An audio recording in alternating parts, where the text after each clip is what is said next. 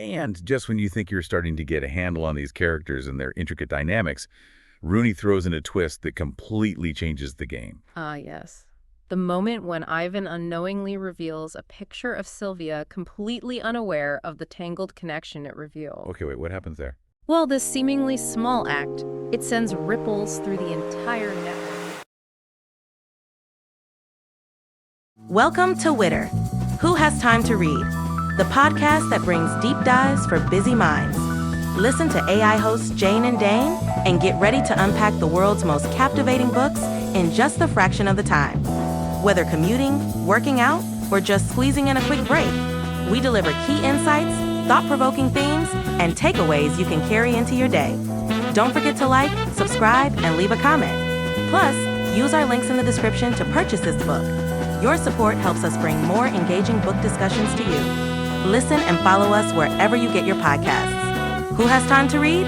You do, with Witter. Hey everyone, and welcome back to Witter. It's deep dives for busy minds. Oh, that's right. And today we are diving deep into Sally Rooney's Intermezzo. Oh, excellent. Have you read this one? I have, yeah. Okay, great. So for those who don't know Sally Rooney, she's kind of known for her very sharp take on modern relationships. Yeah, she really kind of captures that millennial angst and all the sort of anxieties around love and relationships in the modern world. Yeah, it's like you're reading a conversation that's a little too real, a little too close to home sometimes, and definitely those awkward silences, those moments where you just think, I've been there. Exactly. She just nails it. So this book, Intermezzo, though, it's not just about romantic entanglements, right? No, it delves much deeper than that. It's about grief ambition, the search for meaning in a world that often feels a little bit chaotic. It does. And I love that even the title Intermezzo kind of hints at that feeling, right? Yeah, but where? Like if you think about it musically, an intermezzo is like a pause, a moment of reflection between these bigger movements. Exactly, a space to breathe. Yeah, and this book is full of those introspective moments. So buckle up, listeners, because we're about to unpack a story that asks a pretty hefty question. Can one life really handle all this grief and desire and these constantly shifting relationships without just completely falling apart? That's the big question, isn't it? And to start exploring that, Rooney introduces us to two brothers, Peter and Ivan Kubek. Okay, the Kubek brothers. Yeah, so Peter, he's this successful barrister, sharp, ambitious, seemingly. He's got it all together, you know. Mr. Success. Yeah, exactly. But under the surface, there's this simmering turmoil, you know, a sense that something's just not quite right. Oh, okay. So there's more than meets the eye with Peter. Definitely. And then we have Azan, who is still really reeling from their father's recent death. There's a loss in the family. Yeah, very much so. Yeah. And Ivan, he's a gifted chess player, but this grief, it has him questioning everything, his ambitions, his relationships, his place in the world.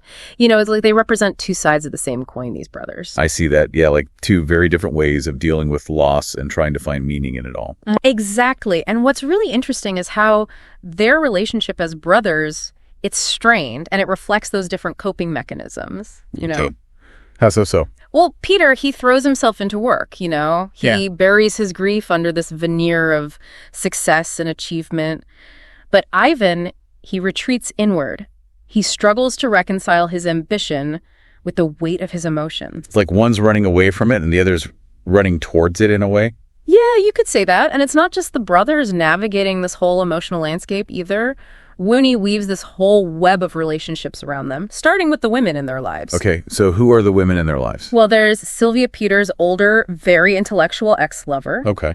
Then there's Naomi, a much younger woman Peter's involved with in this very tumultuous on-again, off-again kind of thing. Also, it's complicated. Oh, yeah. Very complicated. And then we have Margaret, a kind and thoughtful woman who becomes involved with Ivan. Okay, so three very different women. Yeah, and each of them plays a really pivotal role in these brothers' journeys, you know? They add another layer to this whole exploration of grief and how it impacts us. It's like they're each holding up a mirror to the brothers, in a way, reflecting different aspects of their personalities and their struggles. That's a great way to put it. And for instance, Peter, in the wake of his father's death, he starts making these impulsive decisions, you know?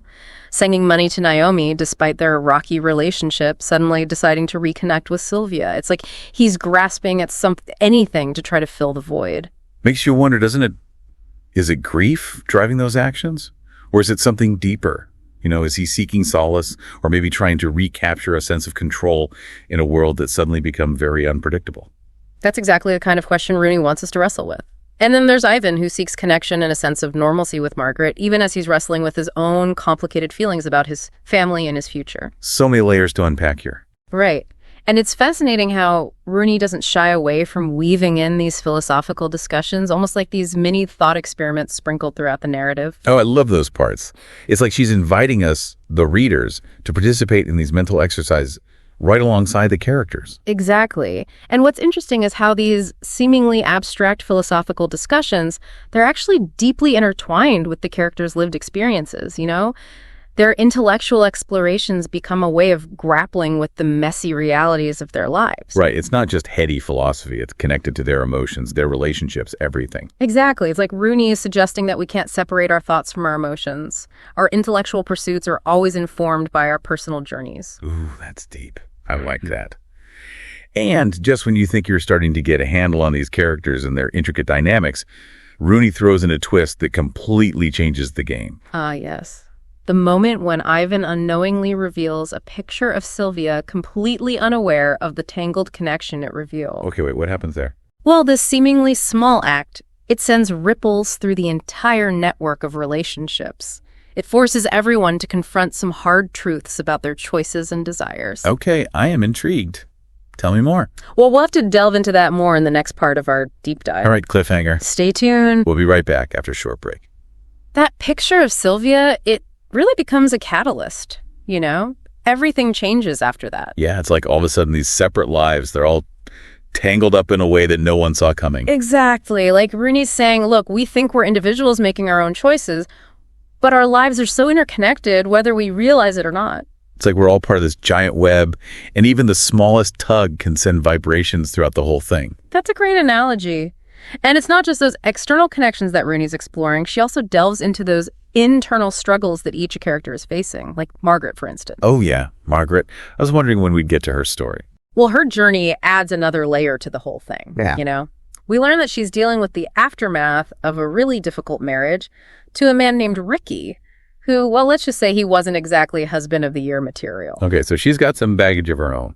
Definitely. And it reminds us that everyone carries their own past wounds, you know, their own history, and those experiences inevitably shape how they navigate new relationships. And speaking of navigating complexities, we can't forget those thought-provoking philosophical dilemmas that Rooney throws in there. Oh, absolutely. Those are some of my favorite parts. Me too. Yeah. Like when Sylvia challenges Ivan's whole understanding of logical truth, with that example of the liar claiming to have a sister, it just makes you question everything. It does. It's like she's inviting us to examine our own assumptions about truth, you know, and how language itself can distort our perception of reality. It's so meta. Totally. And what's fascinating is that these philosophical ponderings are not just abstract musings, they're woven into the very fabric of the characters' lives. Right. It's like their intellectual explorations are a way for them to grapple with the messiness of their own experiences. Exactly. And it highlights how our intellectual pursuits are always colored by our own personal journeys. You know, we can't separate our thoughts from our emotions. So true. Okay, so we've got these complex characters, these intertwined relationships, these deep philosophical questions. And then things take a turn for the awkward when Ivan shows that picture of Sylvia to Naomi. Oh, that scene. Can you imagine being a fly on the wall for that conversation? It's pure dramatic irony, isn't it? The reader knows all the connections, but the characters are completely in the dark. Oh, it's so cringeworthy, but I couldn't look away. And of course, this encounter, it leads to a whole cascade of misunderstandings and confrontations. And suddenly all those carefully constructed facades, they start to crumble. Like Peter, for example. His whole image of success and control starts to crack as he grapples with guilt and uncertainty. And his emotional breakdown in front of Sylvia, it's such a raw moment. It reveals how much she's been trying to compartmentalize his life, you know, to keep his emotions at bay. Yeah, it's like all that repressed grief and guilt, it just comes pouring out. And then there's Ivan, who is trying to reconcile his growing feelings for Margaret with the increasingly complicated reality of his relationship with his brother. That encounter with Naomi, it forces him to confront some uncomfortable truths about Peter's actions, you know. It shatters the idealized image he's held of his brother for so long. So it's getting messy. It's complicated. And it feels like things are spiraling a bit for everyone involved. It is. But even amidst all this turmoil, Rooney, she doesn't let us forget those small acts of kindness, those glimpses of humanity that shine through the darkness. Oh, like what? Well, think about Ivan's deep affection for his dog Alexei. He even defies his own mother to protect Alexei, and it highlights his capacity for loyalty and care even when he's struggling with his own emotional turmoil. Right, it's like that pure, unconditional love that a pet can offer. It's a grounding force for him. Exactly. And we see those glimmers of hope in Peter's interactions with Sylvia, too. Despite their complicated history and his own inner turmoil, he shows genuine concern for her well-being. Yeah, it's like he's searching for redemption, not just in her eyes, but in his own as well. That's a good point. And it speaks to Rooney's larger point, I think. Even in the midst of heartbreak and disappointment, there's still room for compassion and connection. Right. Those seemingly small gestures, they underscore the very human need for love and belonging, even when those connections are full of challenges. Exactly. And as the story unfolds, it becomes clear that these characters, they're all profoundly shaped by their relationships, their past experiences, and their own internal battles. Rooney really has a knack for portraying those complexities of human interaction, doesn't she? She does. She captures that intricate dance between our individual needs and our desire for connection. Yeah. You know, it's a reminder that relationships are rarely simple or straightforward. It's like she's saying, look, life is messy, unpredictable, often painful, but it's also filled with moments of beauty, humor, unexpected grace. Precisely. Mm-hmm. And it's in embracing those contradictions, in acknowledging the full spectrum of human experience that we can find meaning and purpose. It's like a perfectly imperfect symphony in a way. I like that. And just when you think you have a handle on things, Rooney throws in another curveball, another intermezzo, if you will, that shifts the whole dynamic of the story once again. This is where that intermezzo of the title really hits home, I think. You know, it's like we see these characters at a crossroads having to face the consequences of their actions, and their past choices are coming back to haunt them. It's like that moment of silence in a musical piece where everything just hangs in the balance. You know, the tension is building before the next movement starts, and Rooney, she definitely knows how to build that tension. Peter, for example, he's reeling from everything that happened at his father's house, and his carefully constructed life is unraveling, and he finds himself drawn back to Sylvia. But it's more than just rekindling an old flame, right? It feels different this time. It does. There's this rawness to their interactions, a vulnerability that comes from shared grief and regret, you know? Like they've both been through so much, and it's brought them back together in this unexpected way. Exactly. And that scene where Peter confesses his love for Sylvia, it's powerful. He's finally admitting how he feels, letting go of that mask of indifference he's been wearing. It's like he's finally letting his guard down and being honest with himself and with her. Exactly. It's a turning point for him, you know? He's been so focused on control and success, but now he's confronting his own vulnerability. And while Peter is seeking solace in the familiar, Ivan's finding a different kind of connection with Margaret, right? Their relationship is growing, and it's giving him a sense of stability and honesty that he's been needing. Yeah, Margaret really grounds him. She's a calming presence in his life. But even as Ivan's finding comfort with Margaret, he's also having to face the cracks in his own idealized image of his brother. Oh yeah, what about when he realizes that Peter's been seeing Naomi all along while criticizing Margaret for her past? It's like a huge wake-up call. It is. It shatters that illusion of Peter's moral high ground. You know, Ivan's always looked up to him, but now he's seeing him in a new light. And it's a reminder that none of these characters are perfect, right? They're all flawed and just trying to figure things out. That's what makes them so relatable, though. You know, they're messy and complicated, but they're also human, and we can all see ourselves in their struggles. It's like Rooney saying, hey, we're all in this together. We all have our own baggage and our own flaws, and that's okay. Exactly. And that tension between the brothers, it comes to a head in that physical altercation, right? It's such a raw and intense scene. It exposes all that resentment and pain that's been simmering beneath the surface. It's like years of unspoken words and emotional distance just erupting in that moment of violence. But even after that confrontation, Rooney still gives us a glimmer of hope. I'm thinking of that final scene at the chess tournament when Peter shows up to support Ivan. Oh, yeah.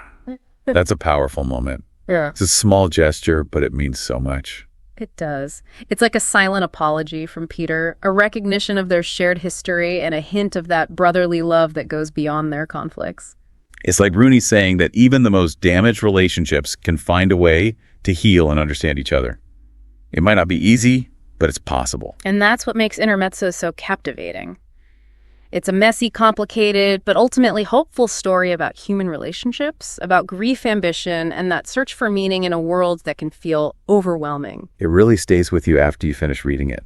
It makes you think about your own relationships, your own choices, and your own place in the world. So what does it all mean for us, the listeners out there, navigating our own intermezzos in life? I think Intermezzo reminds us that life is full of pauses, those moments of reflection that shape who we are and where we go next. It encourages us to embrace the messiness, to acknowledge our vulnerabilities, and to find those unexpected connections that weave our lives together. It's a story that celebrates the beauty of human connection in all its complexity. And on that note, we'll leave you with a few questions to ponder. How has your understanding of grief and its impact on relationships changed after exploring Intermezzo? Do you believe in second chances even in the toughest situations?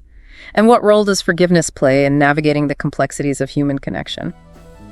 Thanks for joining us on this deep dive into Sally Rooney's world. We hope you've gained some new insights into this thought-provoking book and maybe even into your own lives. Until next time, keep those minds buzzing.